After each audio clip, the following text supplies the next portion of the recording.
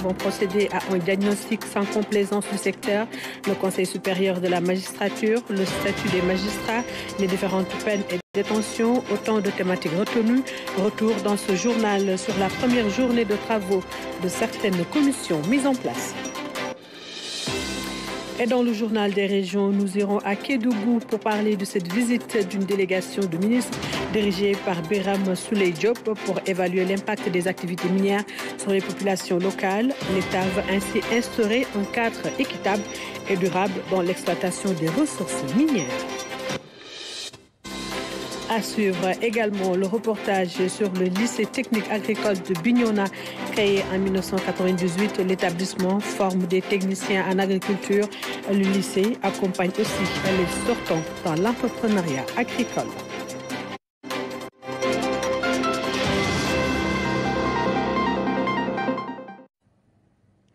Bienvenue à tous. Les élèves du préscolaire Les Papillons Blancs étaient hier au Palais de la République. Le président Bassirou Diomaye Diakhar Faye s'est mis dans la peau d'un pédagogue pour leur transmettre un message d'espoir axé sur la connaissance et les valeurs.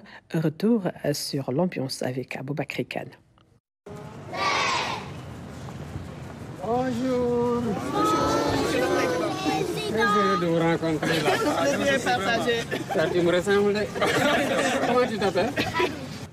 Dans une atmosphère décontractée et conviviale, le président de la République est venu à la rencontre de jeunes écoliers en visite au Palais de la République. Les enfants de l'Institut préscolaire Les Papillons Blancs de Thiès, tout heureux de rencontrer le maître des lieux.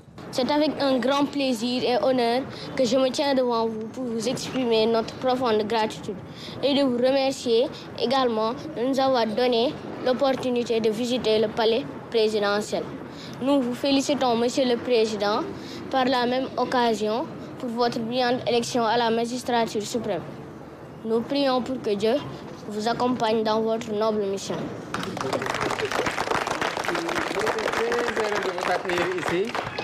Dans le prolongement de la journée du dialogue national, le chef de l'État met l'accent sur la nécessité d'une transmission constructive aux générations futures. De la joie de rencontrer ces êtres purs. Et c'est vrai que je viens de la journée du dialogue, mais c'est parce que nous sommes préoccupés par la qualité de la transmission. Et quand je dis transmission, c'est ce que nous devons léguer à ces enfants-là comme justice, comme système judiciaire, comme institution, comme stabilité, mais aussi comme confort économique et social, comme perspective d'insertion professionnelle et comme espérance continue de génération en génération. Au-delà de la promotion des valeurs de la République, au niveau le plus bas de l'école sénégalaise, le président Bassirou Diomaye Faye reste préoccupé par la transmission des valeurs de la paix, la stabilité et la cohésion nationale, mais surtout de la transparence dans la gestion. Quand nous les voyons ici, ça nous renforce dans cette préoccupation, dans cette obsession de la qualité de ce que nous devons transmettre aux générations qui viennent. Nous le leur devons, nous le devons à nous-mêmes, nous le devons à nos enfants, nous le devons à ceux qui viendront même après ces générations-là, nous le devons au Sénégal.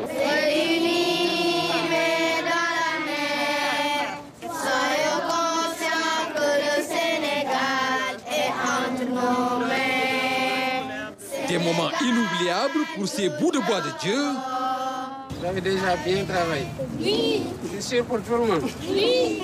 Allez, venez, on va prendre la photo. À ces enfants qui incarnent le futur, de cultiver l'esprit d'un Sénégal juste, souverain et prospère.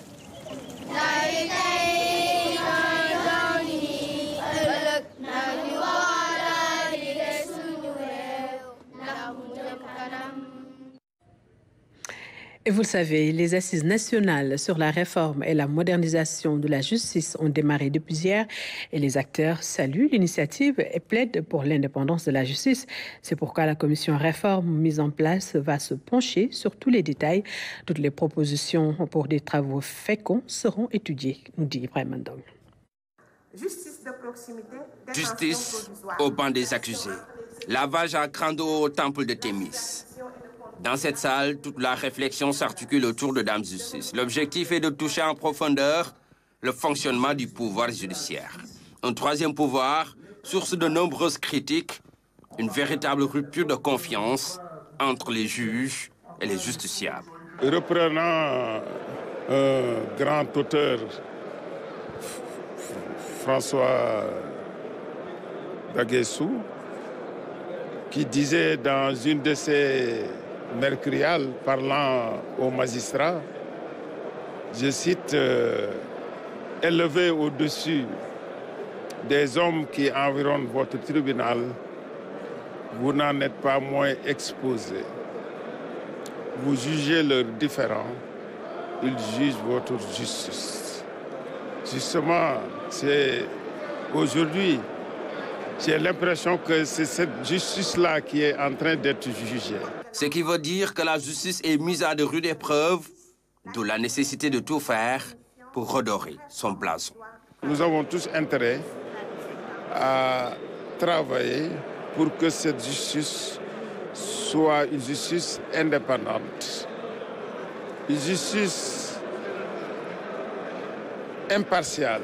L'indépendance de la justice se traduit par sa position d'être à l'abri de toute pression, de tout parti pris. Bon, globalement, une justice qui marche très bien, avec des hommes qui l'incarnent, avec des valeurs, dans la dignité, même si par ailleurs il y a eu beaucoup de difficultés. Des difficultés en termes de ressources humaines, des difficultés en termes de ressources financières. C'est peut-être ça qui grève un peu le bon fonctionnement de la justice. Quand on voit les termes de référence, on a mis la part belle à la justice pénale. Ce n'est pas que la justice pénale, c'est vrai que c'est la justice qui crée beaucoup de difficultés et beaucoup de controverses. Mais la justice aussi, c'est la justice commerciale qui a un impact économique évident dans la marche du pays. Il faut donc mettre le doigt là où il fait mal et trouver des solutions pour l'indépendance du pouvoir judiciaire. Toute la nation, dans ces segments différents, se retrouve pour discuter des pas importants qui vont renforcer les fondements de cette justice que tout le monde voudrait indépendante.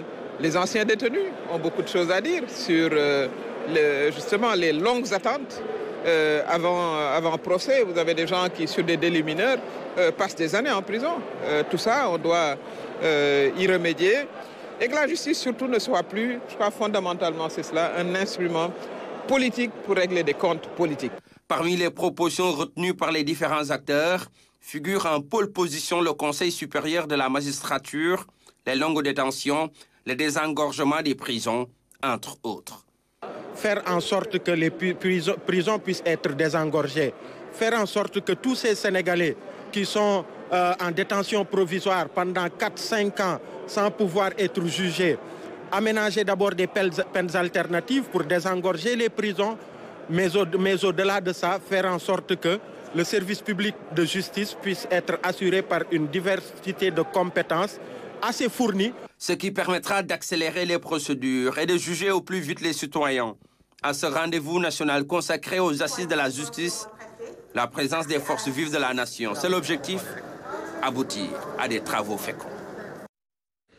Le Conseil supérieur de la magistrature, le statut des magistrats, les différentes peines et détentions, autant de thématiques qui feront l'objet d'un diagnostic dans la commission modernisation de la justice. Les différents acteurs ont 4 jours pour fournir un rapport sur ces problématiques qui se posent et proposer des pistes de solutions.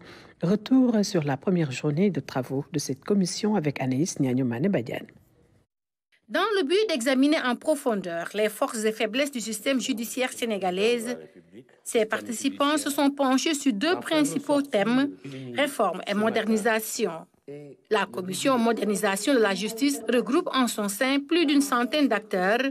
On peut citer entre autres la société civile, les magistrats, les corps de contrôle, la gendarmerie, l'administration pénitentiaire. Dans le souci de performance, mais surtout de ratisser large, elle a été scindée en 4 sous-groupes. Une commission de la modernisation de la justice. On a, disons, plusieurs points sur lesquels nous devons en débattre, à savoir, on peut parler déjà, je crois, du Conseil supérieur de la magistrature, on peut parler des lanceurs d'alerte, on peut parler du Code de l'enfant, on va parler du Code de l'enfant, on va parler des peines, on va parler aussi des détentions, des différentes peines. citoyenne. Et je crois que c'est tout un ensemble sur lequel nous sommes en train de travailler. Et nous allons donc faire 2 sous-groupes qu'on a déjà identifiés, mais on va en discuter pour avoir vraiment des précisions sur exactement quel va être le contenu de ces sous-groupes. Vous voyez, tous ces gens qui sont là, d'abord, ils sont très impliqués. Ce sont dans leur domaine des experts. Et je crois que, on travaille de façon consensuelle. Et j'ai bon espoir que nous pouvons arriver à de bons résultats. Les nouvelles technologies de l'information et de la communication, outils essentiels pour moderniser et éviter les lenteurs dans le traitement des dossiers. On ne peut qu'en être réconforté avec l'espoir que les conclusions pertinentes qui sortiront de ces assises feront l'objet d'application le plus rapidement possible. Parce que la justice est un des piliers, pour ne pas dire le seul, les plus importants de la cohésion sociale. Moderniser la justice d'abord du point de vue des nouvelles technologies de l'information. Il faut qu'il y ait des applications dans ce sens, d'autant plus que nous sommes à l'ère de l'intelligence artificielle. Et c'est en modernisant la justice, avec l'utilisation bien sûr des outils modernes de développement, qu'il y aura plus de rapidité dans le traitement des dossiers. Le milieu carcéral et les procédures judiciaires, autant de points à revisiter durant ces assises. Comme vous le savez, le président l'avait déjà promis pour avoir été victime de cette injustice qui a prévalu et qui donne son sens aujourd'hui à ces assises. Il avait promis de mettre tout le monde à contribution, notamment les acteurs. Mais aussi, comme vous avez pu le constater, il y a énormément de membres du secteur informel. Et c'est ce qui donne cette dimension exceptionnelle à la justice. Ça veut dire que quand la justice est équitable, l'informel en profite. Quand la justice est équitable, les investisseurs sont beaucoup plus rassurés. Et ça crée un climat d'apaisement. Et lui, c'est ce qu'il a toujours souhaité. Je pense que l'histoire de cette détention préventive qui s'allonge, ça pose énormément de problèmes. D'abord, le surpeuplement des prisons. Mais ensuite, il y a la longue détention administrative qui devient une détention arbitraire. Et je pense qu'il faut remédier à tout cela. Ces assises nationales, présidées par le président Bassirou Diomaye Diakhar Faye, constituent un moment fort dans la vie de la nation. L'objectif est de redonner confiance au peuple sénégalais pour qui la justice est rendue, ce qui permettra à Dame Justice de reprendre sa place initiale. Parlons à présent de la signature d'une convention de partenariat entre la RTS et le Procasef, un projet cadastre et sécurisation foncière. Cet accord va permettre de sensibiliser les populations sur les enjeux du foncier à travers le réseau de la radio-télévision nationale. Amadou Diallo. La RTS et le Procasef se lient ainsi à travers cette signature d'une convention de partenariat. Il s'agit d'une synergie d'action pour un foncier sécurisé en vue du développement de nos territoires. La RTS, c'est 5 chaînes de télévision et 17 stations de radio sur l'ensemble du territoire national. La radio-télévision nationale va ainsi mettre son vaste réseau à la disposition du Procasef pour une meilleure prise en charge de la question du foncier. C'est un moment important pour le projet parce que le projet Procasef travaille sur 138 communes cibles au niveau du territoire national pour aider les communes à une meilleure sécurisation foncière et à asseoir un cadastre national. Et qui dit donc parler des problèmes des questions foncières nécessite beaucoup de communication et beaucoup d'informations.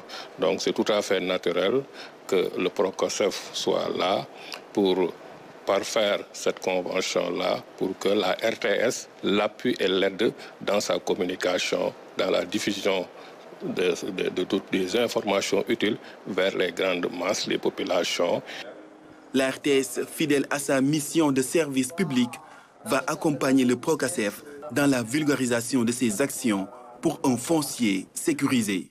Et à travers cette convention, la RTS compte mettre tout son réseau pour permettre au Procasef d'avoir une certaine visibilité, de pouvoir communiquer comme il se doit avec toute la population sénégalaise. C'est pour cela que nous sommes tout heureux de les recevoir et puis de mettre à leur disposition toutes les équipes de la RTS pour qu'ils puissent réussir leur mission. La radio-télévision nationale se tient prête à collaborer avec les institutions publiques comme privées au nom de l'intérêt général. Je profite de l'occasion aussi pour lancer un appel à toutes les structures de l'État, toutes les structures qui ne dépendent même pas de l'État, que la RTS reste une maison de verre et ouvre sa porte à toutes les structures pour qu'ils puissent bénéficier de tous les moyens nécessaires pour avoir une certaine visibilité dans leurs actions. Et que nous avons une mission de service public. Et dans cette mission de service public, nous avons l'obligation, comme je le dis, d'accompagner le gouvernement. Mais pour accompagner quelqu'un, il faut savoir ce qu'il fait. Ça, c'est très important. Au niveau de la RTS, nous sommes en train de changer beaucoup de choses avec les événements sportifs qui s'annoncent pratiquement et puis d'autres activités que vous allez voir au niveau de la nouvelle grille de programme. La RTS et le Procasef ensemble pour un foncier sécurisé. Le Procasef est un projet de sécurisation foncière en zone rurale et périurbaine de l'État du Sénégal. Il va permettre de renforcer la capacité du gouvernement par la mise en œuvre d'un cadastre à l'échelle nationale et d'accroître ainsi le nombre de parcelles enregistrées et formalisées dans 138 communes du pays. Quel dispositif réglementaire et législatif pour accompagner le secteur privé national? Le sujet était au cœur des débats du réseau parlementaire pour la promotion du secteur privé national. Objectif, mettre en place une instance sous-régionale pour harmoniser les textes afin de protéger les entreprises africaines face à la concurrence. Luce Bitza. 2 journées d'échanges et de discussions pour faciliter un cadre législatif et réglementaire aux entreprises locales. Nous comptons mettre un réseau sous-régional, c'est-à-dire le réseau des parlementaires pour la promotion du secteur privé africain, pour harmoniser les textes au niveau sous-régional, pour permettre aux entreprises africaines sous-régionales d'être protégées face à la concurrence. Parce que la concurrence internationale est très rude. L'entrée dans nos marchés des Indiens, vous avez vu des Turcs, d'autres des Français. Cette concurrence-là, nous ne sommes pas contre leur arrivée, mais nous souhaitons que nos entreprises portent ce secteur-là. La souveraineté économique, un plaidoyer porté par les parlementaires. Ça nous a permis de revisiter un peu les lois qui existent, de voir quelles sont les lois qui sont appliquées, ceux qui tardent à être appliquées. Mais l'essentiel aussi, c'est de revoir aussi qu'est-ce que l'État peut faire pour le secteur privé, parce qu'on voudrait avoir un secteur privé fort. Nous avons jugé utile d'accompagner les parlementaires pour qu'ils puissent avoir une jonction avec le secteur privé national. Vous savez, en termes de loi, de dispositifs réglementaires, il y a beaucoup de difficultés pour le secteur privé national. 14 recommandations à l'issue de cet atelier, des recommandations qui seront mises dans un cahier de doléances des parlementaires et remis au ministère de l'économie. Et voilà, place à présent au journal des régions.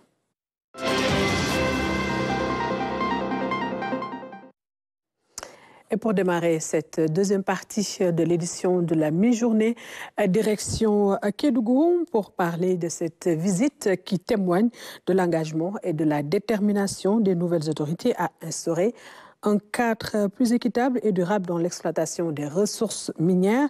Une délégation de 5 ministres dirigée par Béram Souley Diop a effectué une visite de 48 heures dans les mines de la région de Kédougou pour évaluer l'impact de ces activités sur les populations locales. Tidjane Sissé. Aéroport régional de Kédougou, les ministres des Mines, des Forces armées, de l'environnement, de l'éducation et du travail viennent de fouler le sol de Kédougou. Ils sont accueillis par les autorités locales et administratives avant de prendre la direction de Moussala, localité située à la frontière malienne où il y a plusieurs sites d'orpaillage aux alentours du fleuve Falémé. Dégradation de la végétation, de l'environnement, de l'écosystème, disparition du tapis herbacé. Ici, la délégation ministérielle a constaté de visu les conséquences négatives de l'exploitation de l'or sur la Falémé, mais également sur les populations locales. Après Sansamba, les ministres ont pris la direction de Mako où est implantée la société minière PMC, Petowal Mining Company. Sur place, entretien avec les autorités, rencontres avec les employés, visites des installations de la mine. Jusqu'à tard dans la nuit, la délégation ministérielle a cherché à comprendre comment et dans quelles conditions est produit l'or dans ces installations.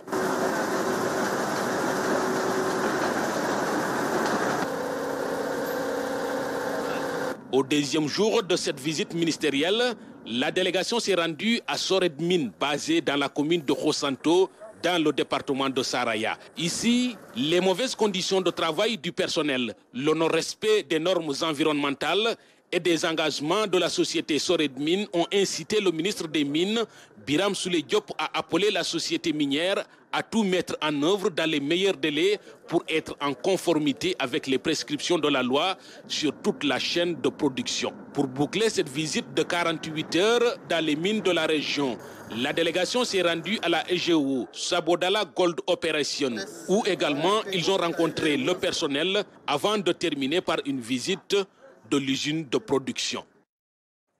Commercialisation de l'anacarde en CRD s'est tenu.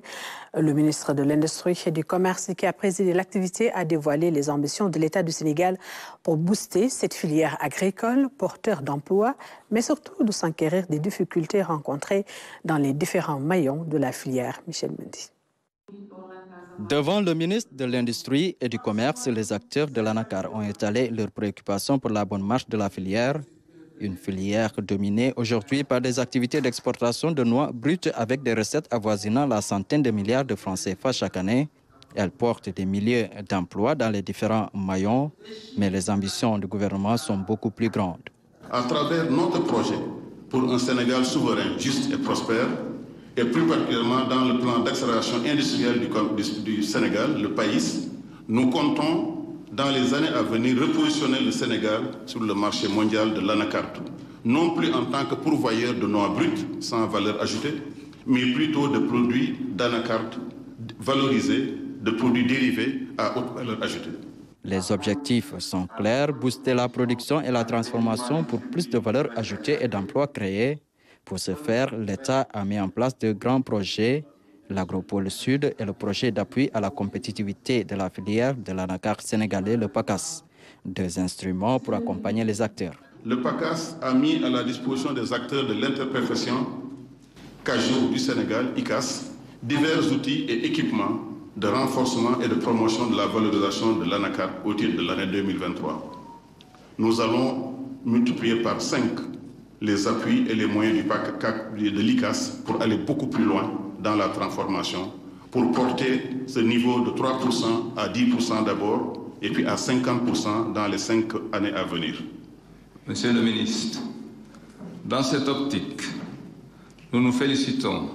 Nous mesurons pleinement les enjeux et soyez rassurés, monsieur le ministre, que nous veillerons à faire bonne exploitation de vos programmes de développement au niveau local à travers nos institutions. Lors des échanges, le ministre a annoncé l'expérimentation de 3 nouvelles cultures, le café, la cola et le cacao dans la zone naturelle de la Casamance. Après le CRT, le ministre s'est rendu à Adéane pour constater de visu l'installation du module central de l'Agropole Sud. Ici, le taux d'exécution des travaux est estimé à plus de 50%.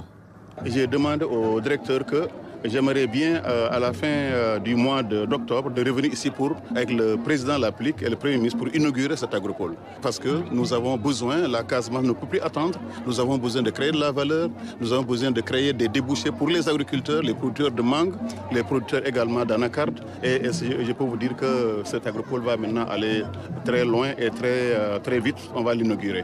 Le docteur Sering Gueye Diop a ensuite visité une unité de transformation à la zone industrielle de Ziguinchor, une unité d'une capacité de production de 2400 tonnes par an qui emploie 130 personnes en temps plein. Aujourd'hui, elle peine à démarrer ses activités faute de matières premières et à cause des pertes enregistrées lors de la campagne précédente. L'année dernière, nous avons perdu 140 millions sur la matière première parce que nous avons eu à se ravitailler et soudainement le prix sur le marché international a chuté, ce qui nous a valu 140 millions de pertes sèches que nous n'avons pas recouvert jusqu'à présent. Donc nous n'avons même pas commencé la campagne pour nous. pendant que les noix sont en train de sortir à l'exportation. Le ministre et sa délégation ont aussi visité le marché Tilène de Ziguinchor qui est en cours de construction. Les travaux sont presque achevés, il ne reste que quelques détails et la voirie. À terme, c'est une infrastructure de 400 cantines qui sera livrée. Focus à présent sur le lycée technique agricole de Bignona. Créé en 1998, l'établissement forme des techniciens en agriculture. Au fil des ans, ce centre est devenu un lieu de production pour tout le département. Le lycée accompagne aussi les sortants dans l'entrepreneuriat agricole. Abdoulaye Sinkare. Comme chaque soir, Mariama Agen-Djedjou arrose ses planches de culture avant de descendre. On est en train de faire du maraîchage en oignon. Il y a du gombo et du poivron aussi. J'arrose le matin avant d'entrer en classe. Aussi, à partir de 17h, 18h, j'arrose aussi. À la quête d'un brevet de technicien en horticulture, elle a déjà des projets plein la tête. Je veux être une ingénieure en horticulture. C'est pour cela que j'ai beaucoup rêvé dans l'agriculture. Et puis mon père aussi, c'était un agriculteur. Demain, je rêve de créer quelque chose comme une entreprise de travail ici et aussi de l'exploiter ici. À l'image de Mariama, ces jeunes hommes font partie des plus de 500 apprenants du lycée agricole de Bignona. Ce qu'ils veulent, c'est réussir dans l'agriculture, qu'ils n'ont en réalité jamais quitté. Moi, depuis ma naissance, lorsqu'on était enfant, notre père a des jardins. On prend nous aller assister à faire des cultures maraîchères, mais pas tellement qualifiés. C'est pas mécanique, quoi. C'est pour cela que j'ai jugé nécessaire d'aller dans les formations professionnelles pour suivre le domaine du maraîchage. Mon papa a un verger de 4 hectares, tout clôturé. Il y a tout. C'est pour cela, celui-là, après ma formation, je vais aller occuper le verger, créer de l'emploi, aider mon pays, le Sénégal, à se développer dans le domaine horticole. Créé en 1998, le lycée agricole Émile Badiane de Bignona est une pépinière de techniciens agricoles. L'établissement compte 2 filières que sont l'agriculture et l'agroalimentaire. À côté de la formation technique, il y a la formation professionnelle, alliant la théorie et la pratique. Nous avons 2 BTS au sein du lycée, un BTS en conduite et gestion d'une exploitation agricole et un BTS en industrie agroalimentaire, dont l'admission se fait par voie de concours.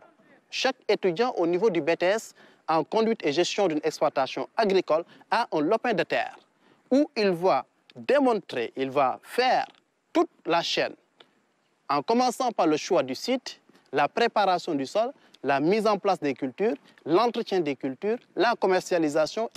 Le laboratoire de biochimie accompagne les étudiants en agroalimentaire dans leurs multiples productions. Dans l'industrie agroalimentaire, la base, c'est la transformation des produits locaux. Maintenant, après avoir transformé ces produits locaux, il faut chercher leur date limite d'utilisation optimale.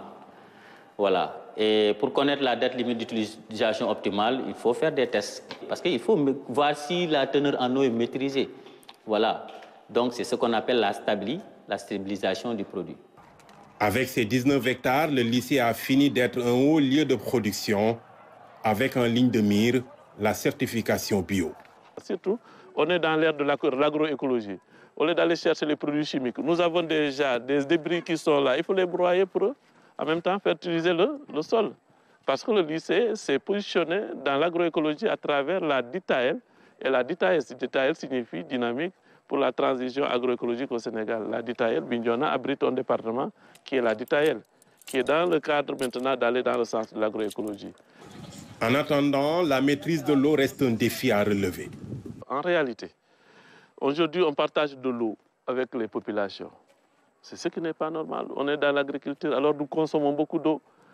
L'autre difficulté qu'on a, c'est que lorsque le château d'eau a des difficultés, vous avez vu les cultures là, il suffit de faire 24 heures sans eau, mais les propriétaires les perdent.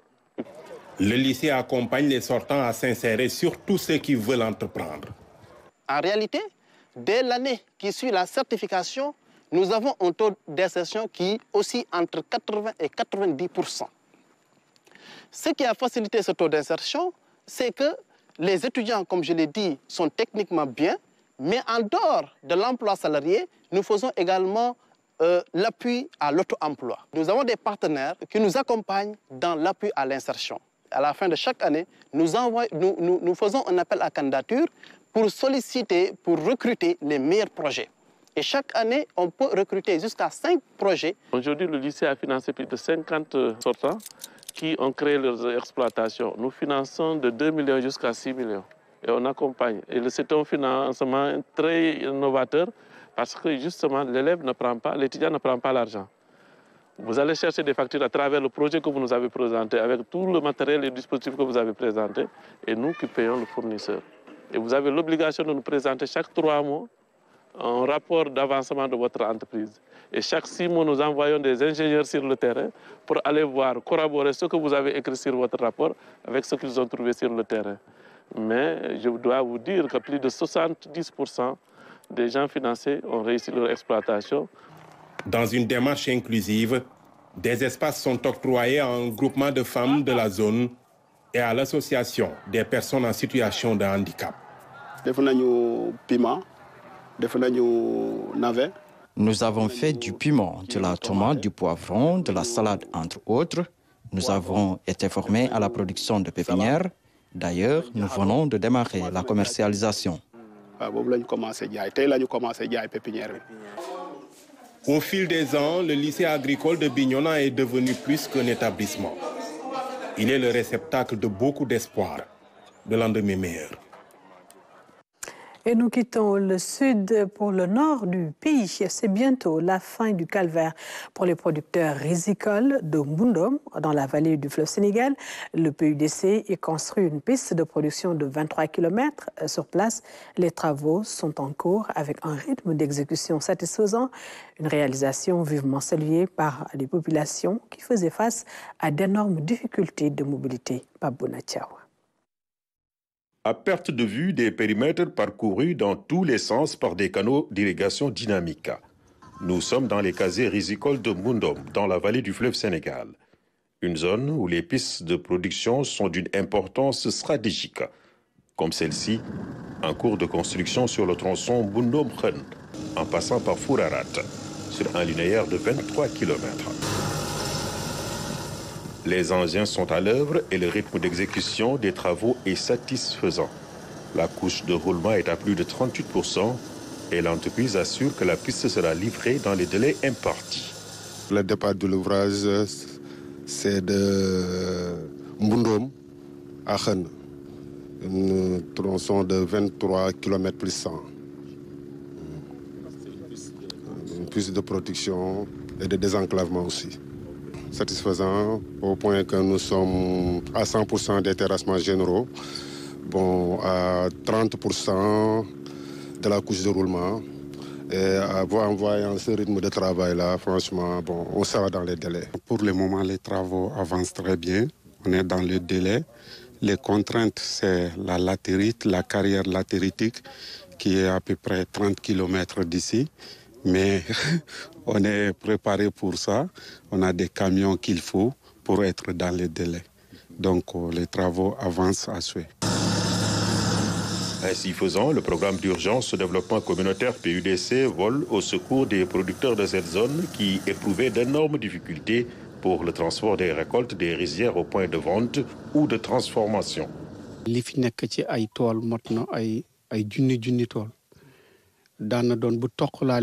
Il faut savoir que c'est une zone agricole où il y a beaucoup de périmètres et nous avions des difficultés par rapport aux pertes.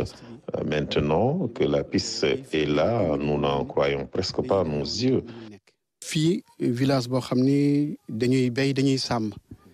Et il faut savoir également que c'est une zone où il y a de l'élevage.